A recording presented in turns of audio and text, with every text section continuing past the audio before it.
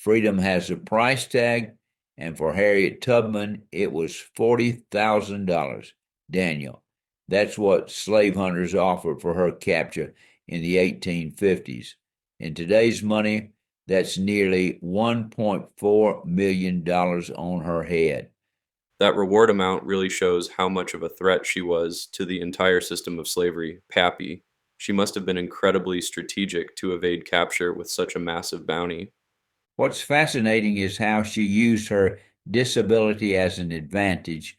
Those seizures and visions from her head injury, she learned to time her rescue missions around them, treating them as divine guidance rather than a limitation.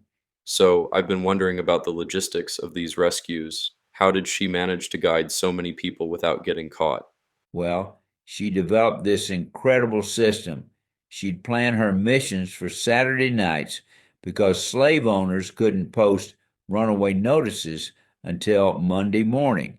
She used coded songs, watched weather patterns, and even carried a pistol to prevent anyone from turning back and compromising the group.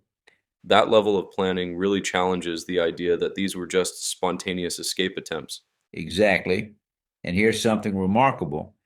During her 13 rescue missions, she developed specific routes that changed based on the season.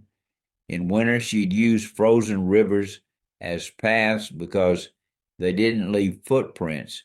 In summer, she'd time her movements to coincide with harvest schedules when there were fewer patrols. The way she adapted to circumstances is incredible. And then there's her Civil War service, leading the Combahee River raid that freed over 700 people. You know what's particularly striking about that raid? She had to coordinate with three Union gunboats, time the operation with the tide, and navigate through Confederate torpedo positions. This was a woman who couldn't read or write, yet she was conducting complex military operations. That military experience makes her later struggles even more poignant. She had to fight for decades to receive her pension. Right, she only got $20 a month, and that wasn't awarded until 1899. But here's what's remarkable. Even while fighting for her own pension, she was using what little money she had to build the Harriet Tubman Home for the Aged. The way she kept serving others, despite her own hardships, really stands out. She was selling pies and root beer to fund her humanitarian work. And speaking of money, there's something powerful about the possibility of her being on the $20 bill. The exact denomination of her monthly pension would now carry her image. But you know what's even more interesting?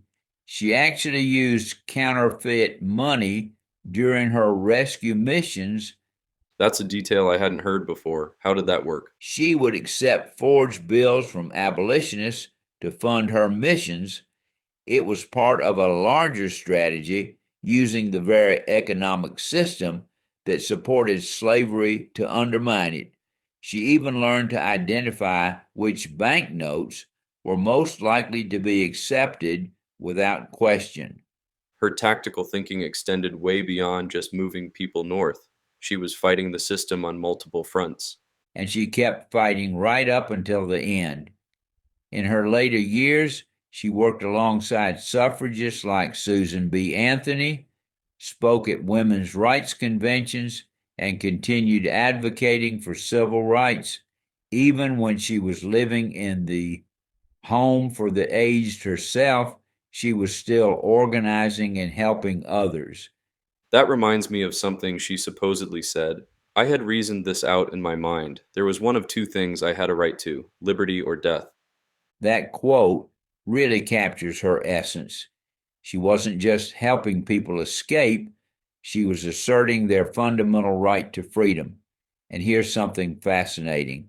She used astronomy to navigate, teaching others to locate the North Star and read natural signs. So she was essentially running a mobile survival school while conducting these dangerous missions. Exactly. and she had to teach these skills quickly and effectively to people who might never have left their plantations before. She'd show them how to find edible plants, move silently through swamps, and use natural landmarks for navigation.